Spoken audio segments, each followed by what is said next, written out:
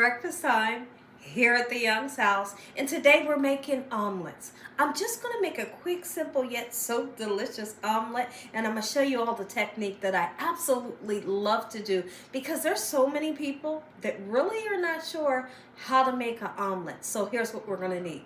You're going to need some eggs. You're gonna need some spices to make it come together and taste good. I got some salt and pepper. I got some parsley flakes, of course. It's just gonna be for a garnish. And I'm also gonna use a little bit of paprika for our garnish. Your favorite lunch meat. And if you don't wanna use lunch meat, we'll talk about other things that you can use in replace of the lunch meat. I got my favorite cheese. It's a yellow American cheese and it melts the creamiest, dreamiest. That's why I love to use it. In my pan here, I have some cooking oil to make sure that my omelet doesn't stick, and I'm going to be using the butter for flavor. Make sure your hands are clean. Let's make delicious omelets that look gorgeous. Hope you're having a good day today, and if you're not, hopefully I can brighten up your day with this here recipe. So today this recipe is super simple, and it's one of my favorites though. We're using my favorite bologna. Y'all, when I tell you I love bologna, listen, I can eat it every single day, especially when you put it into an omelet. Okay, so what we're gonna do, let's go ahead and chop up anything that you may need to chop up for your omelet. Let's just say you were going to make your omelet and you wanted bell peppers and onions in it. Do not put the bell peppers and onions or fresh mushrooms into your omelet raw. Guess why? Because the short amount of time that it's going to take that egg to cook, the bell peppers, the onions, the mushrooms, they would never be cooked and they would taste raw, and those onions would be super pungent. So what do you do with your vegetables? Well, you would pre-cook them. You would have a second saucepan. You pre-cook them in a little bit of oil or butter just to start the cooking process and soften them by a little bit.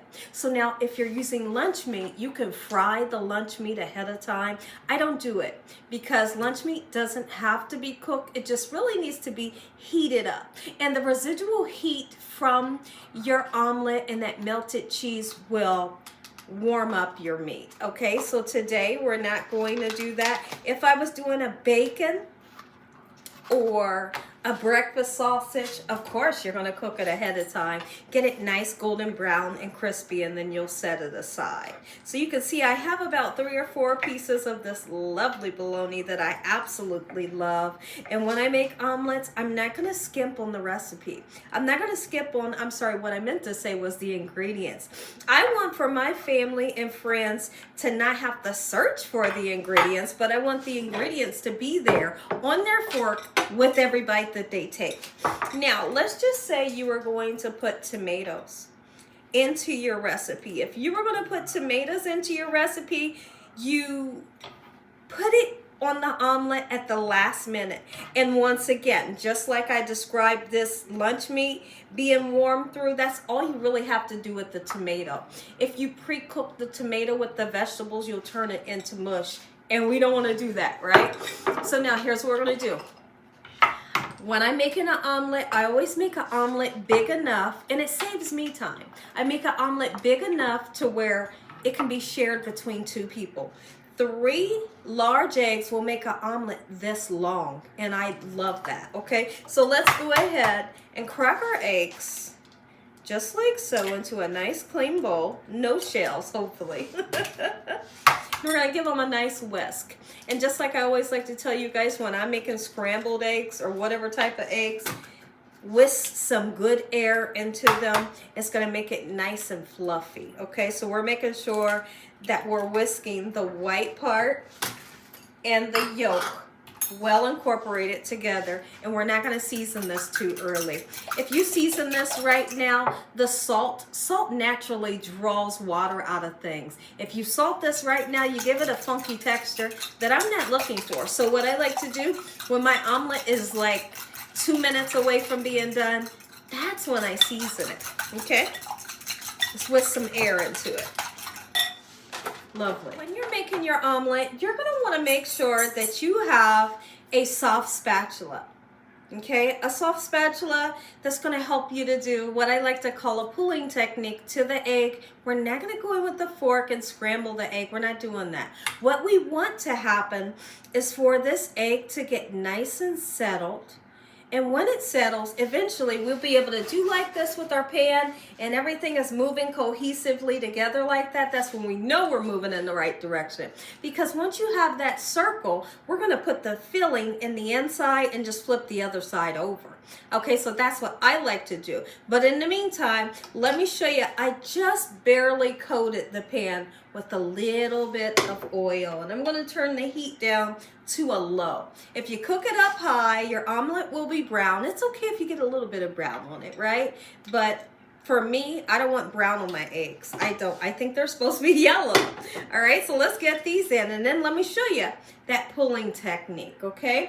Once the egg begins to cook up, and I'll put some butter in. Once the egg begins to cook up, what I'm looking for is once I can see that there's cooked egg towards the edges, I take that soft spatula and I'm pulling the egg to the middle. The cooked part, pull it to the middle, okay? And then the raw egg will draw to the outside of the pan. And then we keep doing that until everything is one big circle. In the meantime, since I forgot to put my butter in, let's go ahead and get that butter in. And what I'll do, I put it in on the sides, okay? That way, the butter will be underneath my omelet. Lovely, we're moving in the right direction. Don't have that heat up too high. Perfect view where I can show you. We have some cooked egg, push it to the middle, let the raw egg draw to the outside without disturbing the shape of your egg. See how we can see that? It's becoming together exactly like we want it to. Right, gorgeous. And this egg right here, you can take it and push it towards the outside and it'll get nice and cooked. You don't want that raw egg in the middle of your omelet. Of course you don't. Some butter in the microwave so that I can get it nice and melted because we're having toast with this. See that? Remember I told you eventually this circle will move cohesively together. That's when you know you're moving in the right direction. And that egg will cook, of course. And what's not cooked, push it out to the edges. Egg is cooked 90% of the way. We're going to salt it. Salt it to give it good flavor. And if you can't use salt, leave it out. It's really that simple. Okay, so there goes the salt. And now we're going to put some pepper. If you have sauteed up some vegetables, this is how we're seasoning it. Right now, we're making this thing taste good. If you had to saute up the vegetables, you're using the bell peppers, the onions, and all of those good things, now's the perfect time. Start putting it on one side of your omelet. Okay, great. Everything's looking amazing. Whether you're using turkey or you like chicken lunch meat or bacon, have fun with this recipe. Like I said, look how big this is. This is going to serve 2 people, and I never skimp with the ingredients. I want everybody to taste the ingredients and not have to hunt around for the main ingredient, right? Next, we're going to turn around, put some cheese. Make sure you're using cheese that melts. There's some cheeses out there, I'm serious. There's some cheeses out there, they don't melt. And yellow American always melts. And the white American cheese melts well. There's so many that melts well, and it's going to taste good. Look at that. Are you kidding me? I'm going to use a little bit of paprika just because I love for things to be beautiful, right? I know this is the inside, but I want the inside and the outside to look gorgeous. Look at it. Are you kidding me? And so here's what we're going to do.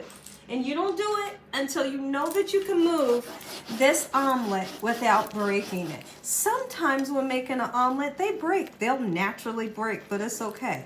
Okay, so this is how you see I snuck my spatula under there real quick while I was talking. Now watch what we're going to do. Boom. How simple was that?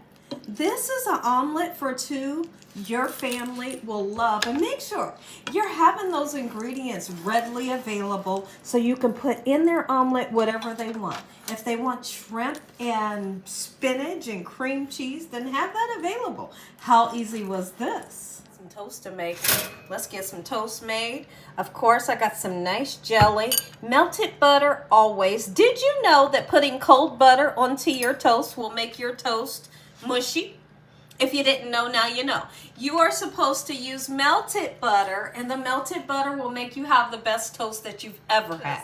So the first thing that I did was I took a dried paper towel and I blotted the bottom of the pan. That way that my omelet is not going to be greasy, right? Or oily. Okay, lovely. Look at that, how gorgeous. Like I said, cut it down the middle if you want an omelet for two. Let's garnish it and make it look pretty. There are some times that I'll take a sauteed onion, bell peppers, or just whatever, and garnish. Today we're using parsley. I know. A little bit of paprika. And look at the difference that it makes. Butter our toast. This is the only way to do it and the right way to butter your toast. Y'all, when we was younger, that's what we did. We put cold butter on toast. It made the toast mushy and it was the worst. I never realized that until I was an adult. And I learned how to make toast the right way. When people taste this toast, they're like, dang, it tastes so good. All we did was melt the butter. Look at this. If you enjoyed this video, give me a thumbs up. If you ain't subscribed, what you waiting on? Tell your family and friends. Tell the world what Gina's doing in this kitchen every single day.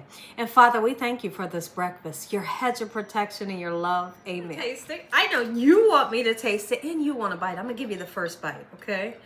Oh my goodness, look at that. Cheese galore. When I tell you this is good, look at that. Put you a little bit of jelly on that. You could have this breakfast, lunch, or dinner. Easy to make, Gina Young style. Good night.